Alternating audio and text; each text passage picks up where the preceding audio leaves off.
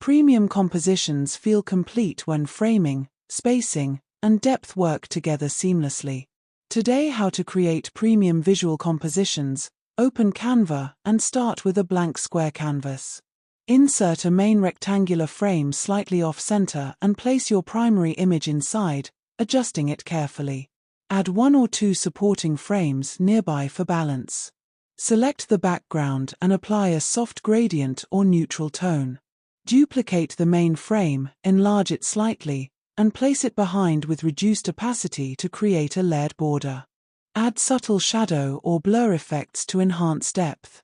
Use position tools to align everything precisely. Add minimal text using a refined font.